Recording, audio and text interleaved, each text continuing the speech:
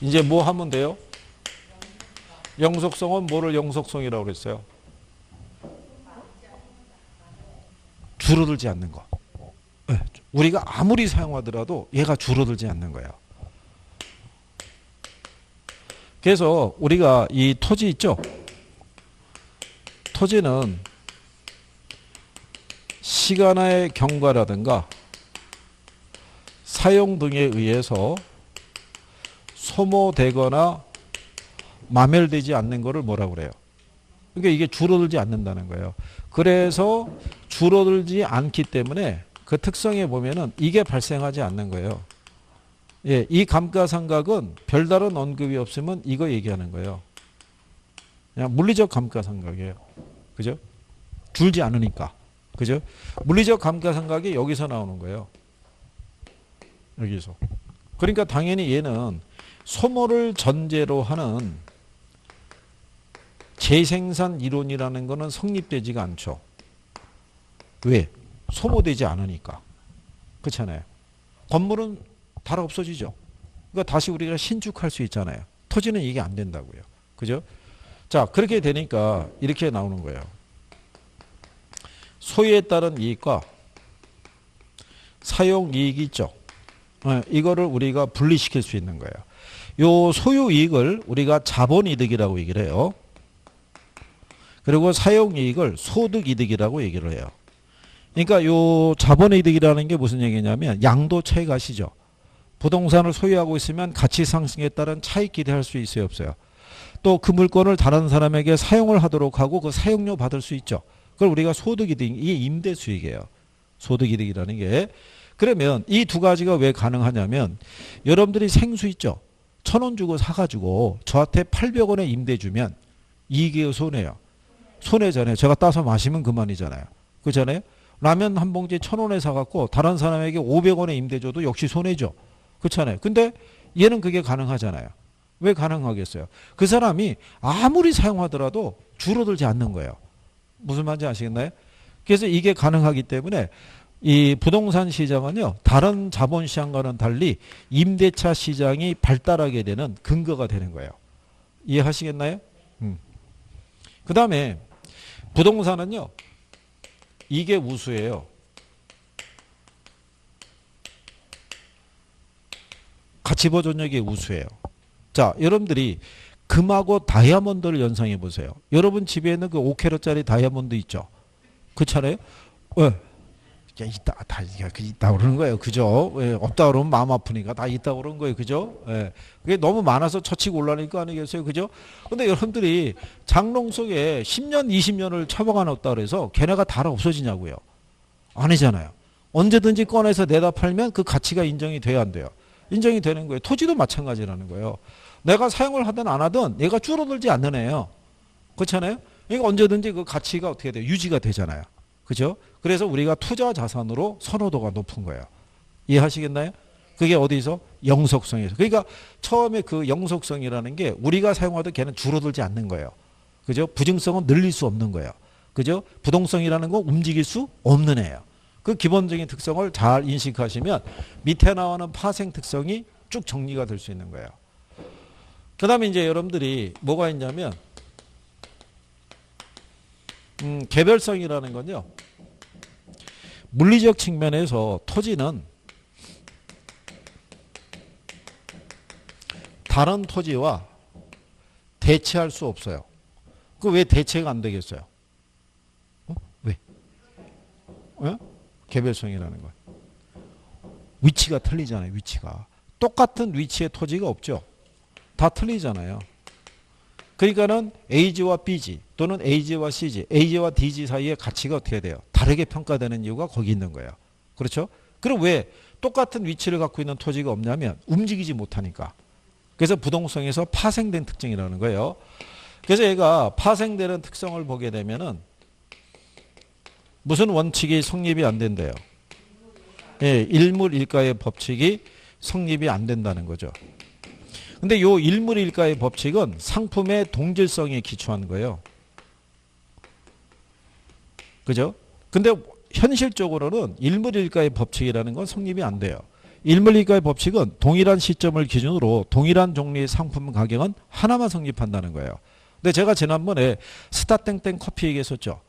전 세계 매장이 있을 때 똑같은 원두를 로스팅해서 커피를 만들어서 파는 거예요. 근데 한 잔 가격이 다 같아요, 틀려요? 다 틀리는 거예요. 관세도 틀리고 다 틀리기 때문에. 그래서 이건 현실적으로는 존재하지 않는 건데, 특히 토지는 개별성이 있기 때문에 이 논리가 성립이 안 되죠. 그 다음에 요것 때문에 부동산은 상품과 뭐가 대체 관계가 제약이 되죠. 그래서 이거랑 바꾸기 쉽지 않다는 얘기예요. 일단 기본적으로 위치 틀리고 면적 틀리고 지세 틀리고 토양 틀리고 다 틀리잖아요. 그죠? 무슨 말인지 아시겠나요? 그렇기 때문에 뭐를 선정하기도 어렵냐면 표준지 선정도 어려워요. 그 지역의 지가 수준을 대표할 수 있는 토지도 선정하기가 어렵다는 얘기예요. 그죠? 근데 이 개별성이라는 건 건물에도 적용할 수 있다 없다. 건물에도 적용할 수 있는 거예요. 같은 시기에 준공된 건물이 있죠. 얘도 누가 운영하고 누가 관리하냐에 따라서 감가의 정도도 다르게 나타나고요. 수익의 크기도 다르게 나타나는 거예요. 그게 바로 뭐다? 개별성인 거예요. 그죠? 그 다음에 인접성이라고 있어요. 이게 인접성에 대해서요. 그 일부 이제 우리 교과서도 그렇고 연결성이라고도 얘기하는데 그게 이제 가만히 생각해 보시면 모든 토지는 물리적으로는 다 연결돼 있어요. 그죠? 왜? 강이나 호수나 바다나 하천이나 다 같은 토지 자원이니까. 그죠? 연결돼 있는데 우리 인간의 필요에 따라 경계를 구별해 줬어요. 나라 간의 국경이 있죠. 그 나라 안에 들어가면 도계, 군계, 개인 소유 간의 경계로 나눠지죠. 그렇게 나눠지다 보게 되면요. 이렇게 붙어있는 토지가 발생할 수 있어요, 없어요? 이게 인접성이에요. 인접성이라는 거는 연결성을 얘기하는 게 아니라 이렇게 모든 토지가 연결돼 있는데 우리 필요에 따라 경계를 구별하면서 쓰잖아요. 경계를 나누다 보면 붙어있는 토지가 발생할 수 있어요, 없어요? 예, 그게 인접성이라고요. 붙어있기 때문에 소유와 관련해서 경계 문제가 발생하는 거예요. 국경 분쟁 아시죠? 그렇잖아요. 러시아하고 중국 애들이 국경 분쟁이 발생하는 이유는 붙어있기 때문에 발생하는 거예요. 그죠? 개인 소유 간에도 이렇게 얘기했었죠. 자기 땅에다가 이렇게 집을 짓게 되면 소유관계를 표시하기 위해서 자기 땅 기준으로 담장을 설치해야 되는데 우리나라 정서는 이렇게 밀고 들어간다고 그랬죠. 이렇게. 그러면서 싸우는 거예요, 이게. 그럼 왜 그러냐면 옛날에 우리나라는 그 시골에 가게 되면요. 할아버지가 이제 손주 데리고 쭉 가서 저기까지가 우리 땅이라고 그래요. 그 손주가 어디까지 그러면 저기 무슨 나무 보이지? 그 나무깨까지가 아마 우리 땅일까? 이렇게 하고 끝났다고요. 근데 지금은 경계가 어떻게 돼요? 뚜렷하죠. 지금은 뭐 칼로 확 돼 있죠.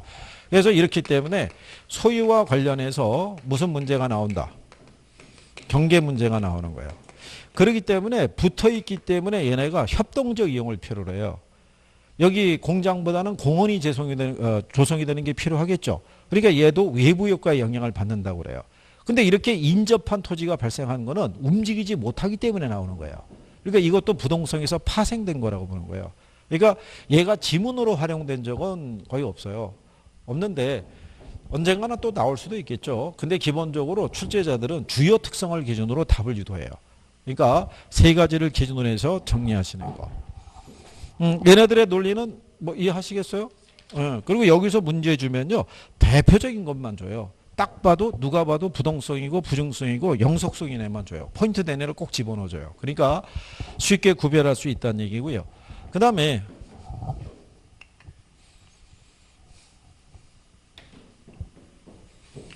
거기 페이지 54페이지에 가면 인문 특성이라고 돼 있죠. 예, 요 인문 특성이라는 건요. 이 자연 특성에서 주어지는 제약 조건이 있죠. 예, 이거를 완화시키기 위해서 우리가 만들어낸 거예요. 여기 여러분들이 보시면 얘는 우리 마음대로 이동시킬 수가 없어요. 그 다음에 물리적인 양은 우리 마음대로 증가시킬 수가 없어요.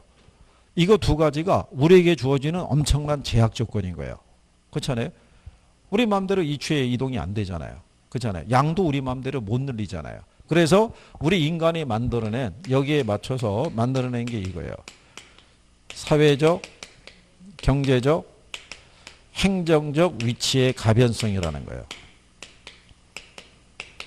그러니까 지리적 위치는 이동이 안 돼도 이거 세 가지는 움직일 수 있다는 거예요. 그래서 제가 이 충남 연기군하고 조치원 일대 있죠. 얘가 이 행정도시인 세종시로 변모한 거죠. 예. 근데 얘로 쓸 때는 주로 농지가 많았을 거고요. 이걸로 바뀌면은 뭐가? 택지로. 근데 이건 똑같아요. 그렇죠. 근데 이게 바뀌니까 이게 달라지죠. 인구 밀도가 틀려졌죠. 연령대도 틀려진 거죠. 경제적인 가치도 틀려졌죠. 행정상의 규제나 제도도 다르게 적용이 되죠. 도시니까. 그렇잖아요. 그러면 이게 도시로 바뀌면요. 농어촌 특별교부금 이런 것도 다 없어지는 거예요. 농사 짓는 땅이 아니니까. 근데 좀 더 밑으로 내려가면요. 그 농어촌 특별교부금 이런 거 농사 짓는 분들에게 농가에다가 한 20만 원 뭐 이렇게 줘요. 그게 이제 농사 짓는 분들은 그게 또 쏠쏠한 거예요. 농사 짓고 있는데 그걸 받으면. 그러면 이제 서울에서 손주나 손녀 오면은 그걸로 용돈 주거나 뭐 맛있는 거 사줄 수도 있고 그런 돈이 되는 거예요. 그래서 시골에 농사 짓는 양반들이 내가 거주하고 있는 게 도시적으로 바뀌는 거 싫어하는 적도 있어요. 바뀌면 그게 끊기니까. 뭐 그런 얘기죠. 이해하시겠나요? 그래서 이게 여러 번 시험에 나온 적이 있어요. 시험에. 지난번에 한번 설명해 드렸죠. 기억하시죠?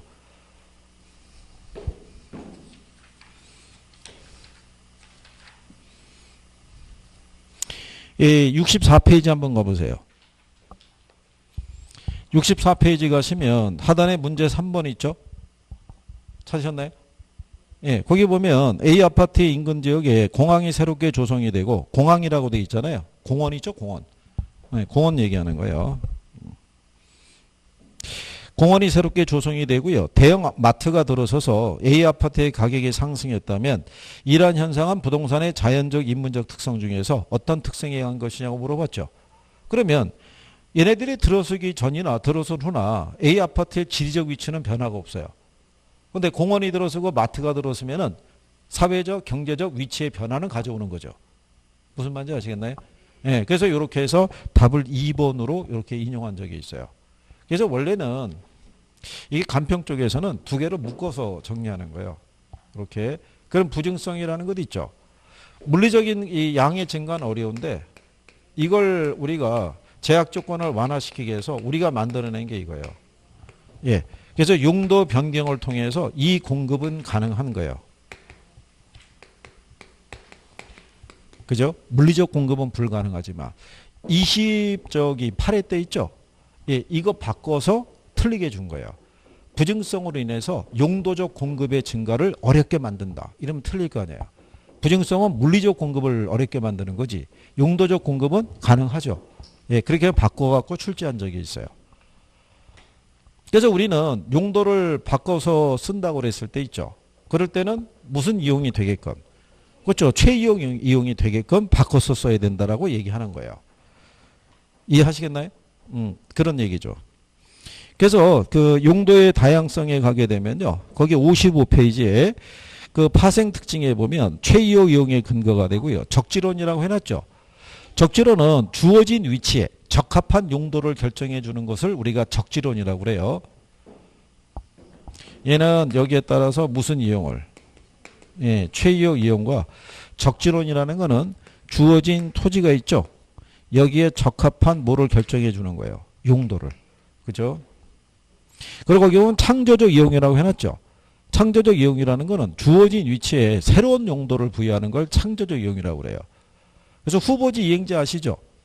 원래 농지 지역이었잖아요. 근데 택지 지역으로 용도 변경이 된다는, 용도가 전환이 된다는 얘기는 새로운 용도가 부여가 되는 거잖아요. 그걸 우리가 창조적 이용이라는 거예요. 그래서 거기 보면 이행과 전환이라고 해놨죠.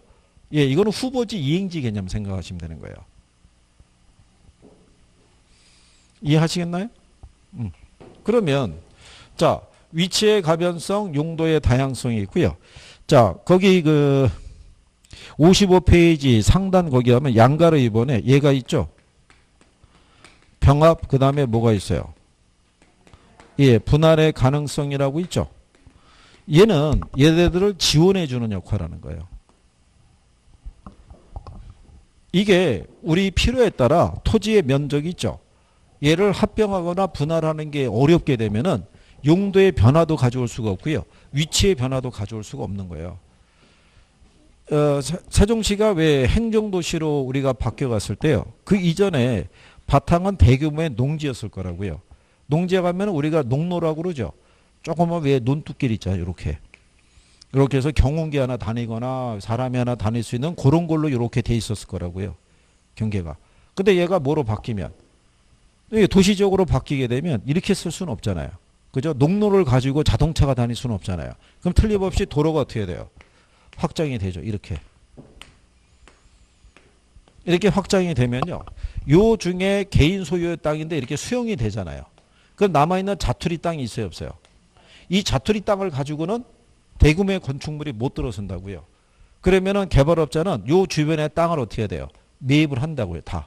그래서 이 토지를 어떻게 해야 돼요? 이렇게 합쳐버리죠. 그러면은 건물이 어떻게 돼요? 큰 건물이 들어설 수 있죠. 그럴 때 요게 이제 그 땅에 대한 지분이 있죠. 거기에 따라 이 건물에 대한 소유권이 어떻게 돼요? 나눠지는 거죠. 그래서 하나의 건물이더라도 각 층마다 소유권이 다를 수 있고요. 층 안에서도 왼쪽 오른쪽이 또 소유권이 틀릴 수 있고 막 이런 거예요. 그죠? 그래서 어느 건물에 가면요. 건물 지은 사람이 있죠. 예, 아무개외 23인 이렇게도 돼 있어요. 문장이 많다는 얘기죠. 그러니까 이렇게 토지를 우리가 합쳐갖고도 이렇게 용도를 바꿔서 쓸 수 있잖아요. 그러니까 얘가 있음으로써 이것도 가능한 거예요. 용도의 변화나 위치의 변화를 가져올 수 있다. 이런 얘기인 거예요. 이해하시겠나요? 그래서 이 병합분할의 가능성은요. 얘네들을 지원해 주는 역할을 하는 거예요. 거기 병합분할의 가능성에 보면 용도의 다양성을 지원하는 기능을 갖게 한다. 이렇게 해놨잖아요. 첫 번째가. 그래서 거기 보시면은 부동성과 함께 작용해서 한정 가격이 존재한다라고 해놨죠. 한정 가격이라는 표현은 지금 잘 안 써요. 일본식 표현이에요. 시장이 이해 당사자에게 한정돼 있을 때 성립할 수 있는 가격이에요. 이런 거예요.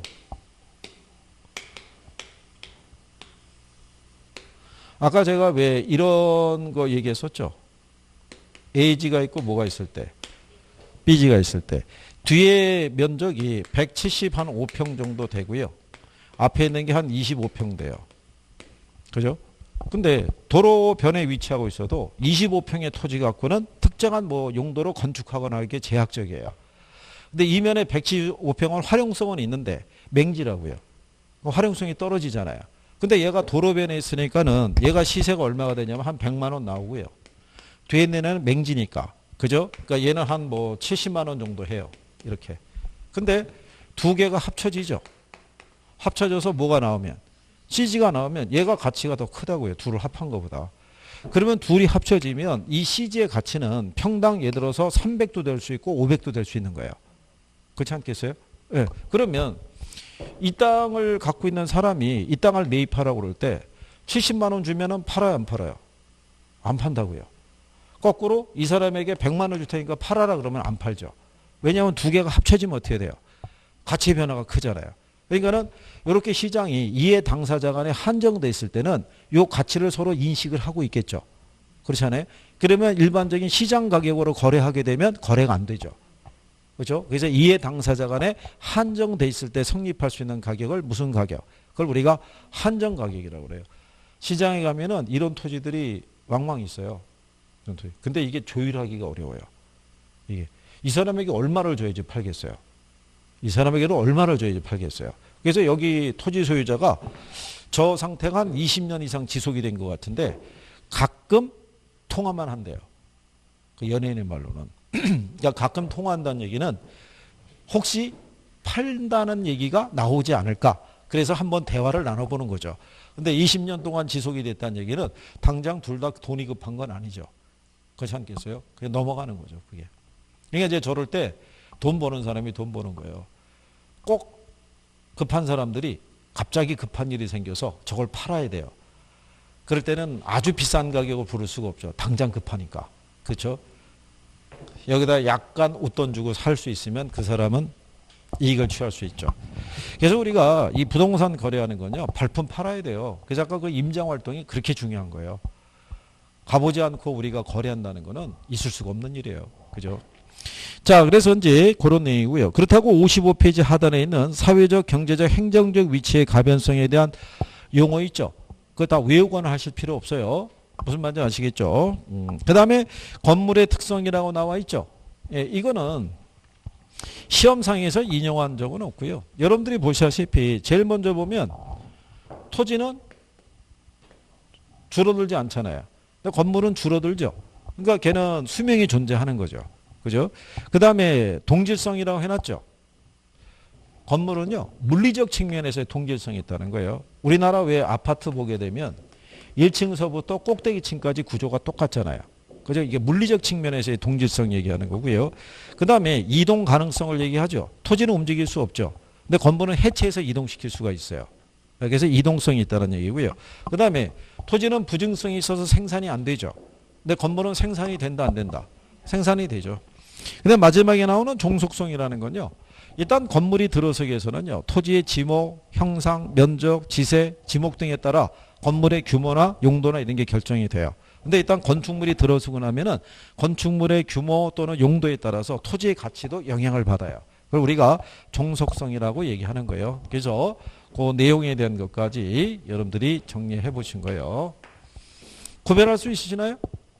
그 다음에 나오는 이제 57페이지한 속성에서부터 다음 시간에 한번 정리하시고, 그리고 복습 잠깐 하고, 그리고 경제를 들어가도록. 다음 주에 핵심은 뭐가 되겠어요? 예, 경제가 되는 거예요. 경제가. 그렇죠? 아, 근데 왜 표정이 아쉬운 표정이군요. 조금 더 하고 끝날까요? 아, 그건 또 아닌가요? 아, 근데 표정하고 그거하고는 또 틀리군요. 그렇죠? 근데 원래 사람들이 이게 끝날 것 같은데 더 하잖아요. 네, 그러면은 표정이 안 좋아요. 그 다음부터는 페이지를 보는 게 아니라 저를 째려보는 거죠. 시계 한번 쳐다보고, 그죠?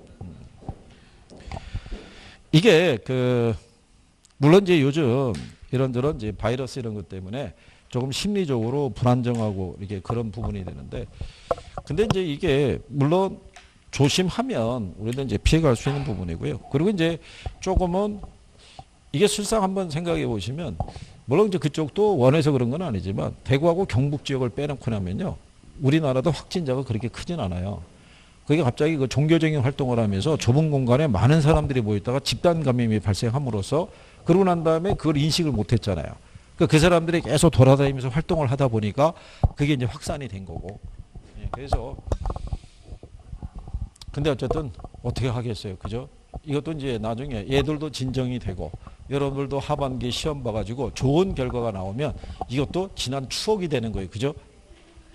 아픈 추억이 되느냐 아니면 즐거운 기억으로 남느냐, 이거는 기운들 내시고, 다음 주가 되면은 우리가 이제 계산 이거 하잖아요. 그러니까 오전 수업 마치고 식사하시고 오후에 이제 그걸 하는 거예요. 그죠? 그렇게 되면 어쨌든 간에 머무는 시간이 조금 길어질 수밖에 없잖아요. 그죠? 그러니까 그거 감안하셔가지고 포인트를 잘 잡고 하시면 돼요.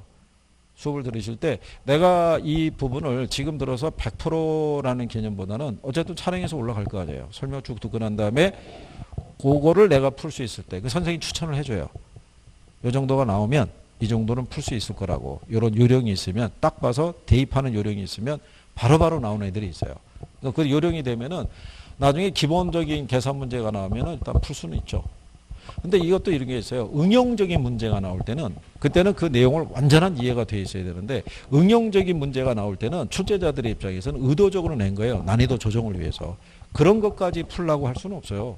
그렇잖아요? 형식이 달라지는데. 근데 기본적인 형식이 나온 건 우리가 1분 정도에 다 풀 수 있는 그런 요령이 있다는 거죠. 그러니까 기운들 내시고, 그죠? 예, 여기 보면 일당백이잖아요. 그렇잖아요. 예. 나중에 이제 또 이제 다들 나왔었을 때는, 그때는 차이가 있을 거예요. 야, 니들은 그때 그걸 다 들었단 말이야? 이렇게 되는 거죠. 그러니까는 또 대단하다고 얘기할 거예요. 진짜 대단한 거는 나중에 합격을 해야지 대단해지는 거예요. 그죠? 이게 떨어지게 되면 이상해지는 거예요. 그죠? 그럴 바에는 뭐하러 나가서 했어? 그냥 집에서 있지. 뭐 이렇게 되는 거예요. 그러니까 잘할 수 있는 거예요. 기운들 내시고. 자, 건강 조심하시고 다음 주에 뵙겠습니다.